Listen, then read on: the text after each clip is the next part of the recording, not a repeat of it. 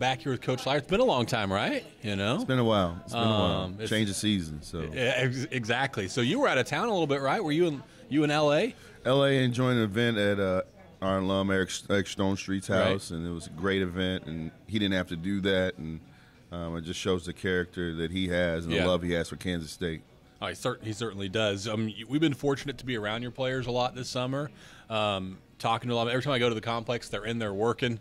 What kind of work have they put in this summer, and how's it gone for you this off season? Well, I think it's been fun to see their level of commitment, and especially in the weight room. We've had a heightened or renewed commitment to the weights and getting better and stronger and more physically mature. Yeah.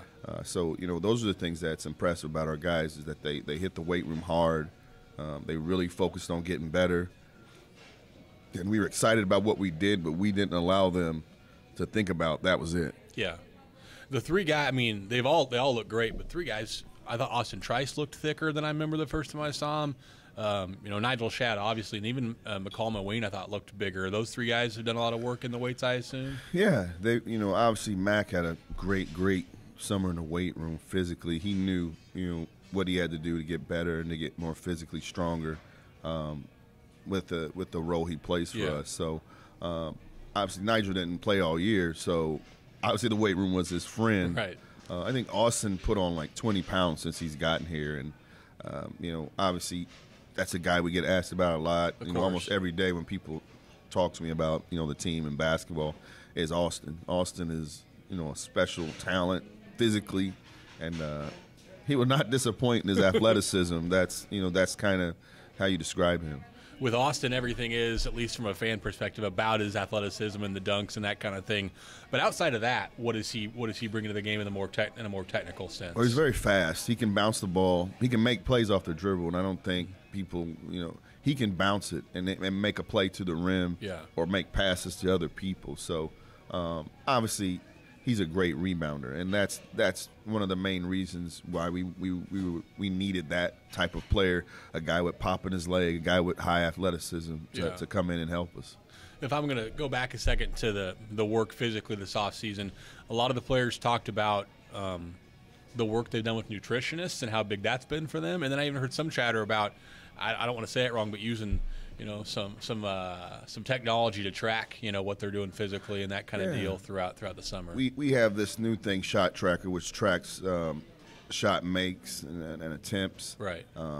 And we had a running board in the locker room, so it became competitive. Who was going to take the most shots during the week, and that type of stuff is fun because then the guys were actually they were always in the gym, but now we had someone that can count how many shots. When you as a player, you're shooting. If you don't have somebody there count every shot, you lose track of what you're doing. Right. And so it was good to see them, really focused on shooting and shots up and shot attempts and the technical side of making shots. Another new guy who's now come in is Shaun Williams. There's been a lot of excitement and talk around him. Can you describe him as a player a little bit and what you guys are getting with him? Well, he's like what we've done with Cartier, Barry, Mike, stronger physical guards, athletic, and that's what we want to continue to do at those positions. Big, strong guys that can multitask and play another position, and that's the key with us moving forward. Is guys that can do different things with the ball. You don't have to pigeonhole them into one position. They can play one or two positions, slide up or slide down, and that's kind of how Shaun is. He can play off the ball, he can play on the ball, he can defend, and he's very athletic. With him, there had been some chatter that if he had been available again, that some bigger schools would have looked at him, and I think even Rivals understands they probably rated him a little low. I know recruiting rankings don't mean everything, but is he a guy that you think was probably a little I don't want to say under the radar, but probably a better recruit than just the stars say? We don't care. He was in the 150. It's one of those deals where you just like he was inside the 150. Right. We signed him. He's out. Exactly, so right. That's as honest as I can be. He's a good player. He beat everybody in St. Louis. He beat Webster Groves, which has Courtney Ramey. He beat Mashawn. So he's beaten who has Mario McKinney. All those talented young dudes. So that's telling you how good of a player he is. As the 29-2. So most wins in school history at Hazelwood Central, who's had a ton of good players, including our Xavier Sneed. So, is his talent in question? No. I mean, it is what it is. We don't care what people think about what he's ranked in because it's an opinion. And our opinion of him, he's really good. We don't care what those guys' opinions are of him. Right. I know you would have loved to get here a little bit earlier to work in the summer, but you still have a while before the season starts. I don't want to put words in your mouth, but I imagine there's still plenty of time for him to be a guy, to get ready to contribute this season. Well, he's a smart player too, so I think that'll help him in the beginning. The rigorous stuff of the day-to-day, the grind that our guys are used to, that will affect him more than the basketball side of it. Being on time, being in places, and being ready to go, knowing when you're supposed to be somewhere and who you're supposed to be with. Those things our guys have down to a T. And as a new guy doing it in the fall, he's going to be behind on that stuff. You talked earlier about, wanting to make sure the players understood that last year wasn't it, that, going to the Elite Eight wasn't necessarily doesn't have to be the peak of what they accomplish. I'm curious, how different have these 2 off seasons been? Last year, to be honest, there some people doubting you guys, wondering if you're getting back in the tournament, that kind of deal. And then this year, now you're off in Elite Eight, everyone comes back, 2 totally different mindsets. But how have they handled that? I don't think it's been different mindsets for us. It's been mindsets for people who jumped on board. Sure. And that's, it is what it is. That's the beauty of sports. Now people are excited because we won. You should have been excited the year before when we have all those guys back and they're young. You got a big-time Kansas kid on our team, Dean Wade.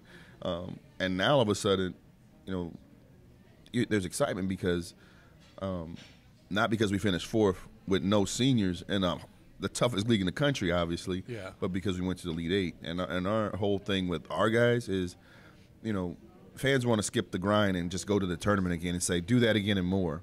And you can't do that. And that's what we talked to them about. The process and the grind helped us get to the Elite Eight because physically we had gone through wars, and now we just had to unleash it on somebody different outside of our league. And that's what happened. And you got to give our guys credit because we did it without Dean. But when adversity hits, your culture has to show up, and our culture showed up big time in the NCAA tournament, and we didn't miss a beat, and we weren't panicked, and guys did what they were supposed to do, even though some of them were playing out of position, some of them were playing heavy minutes. The culture showed up. I think another individual people are curious about would be Cam, a guy who battled injury, of course, was thought to be out perhaps for the season, then came back. Had a good talk with him a couple weeks ago. He's excited to be healthy again. Are people potentially too hard on him and the way he played when he came back when he wasn't as healthy as he could have been? Well, that was a player decision to come back. You know what I mean? I mean, he's a kid, and it's his body. And was he 100%? No. Was he 80? No. To watch those films again, and you notice now, he's still limping, and he can't change direction. He can just go one way. I mean, his shot was leveled off because he had no lift on that one side of his foot, and that's his plant foot for a shot. So, I mean, we just coached him every day and didn't worry about people being hard on him, and I think our guys helped him because they didn't make it about him being the best Cam. They made it about Cam's back.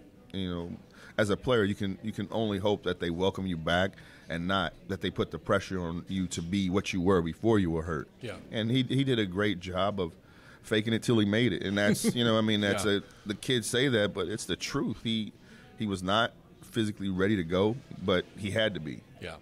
We're sitting here, in August. Of course, football's the talk. I'm curious how the football program, can impact you guys. I know you can't talk about recruits specifically and that kind of deal, but how big an advantage is to have a chance to bring kids to that atmosphere coming up here in a few months as part of your recruiting process? I mean, it's a big part of it. A lot of kids have played football in high school, or parents are big football fans, so to bring them on that field, and we get there a little bit early, so there's it's not a lot of people in the stands, but with 3 minutes to go, and they turn around and it's like, oh my God, this is full now. Right. So, and the Wabash, that whole experience on the field, and seeing our guys run out, seeing Coach Snyder come out, and the crowd's reaction to him.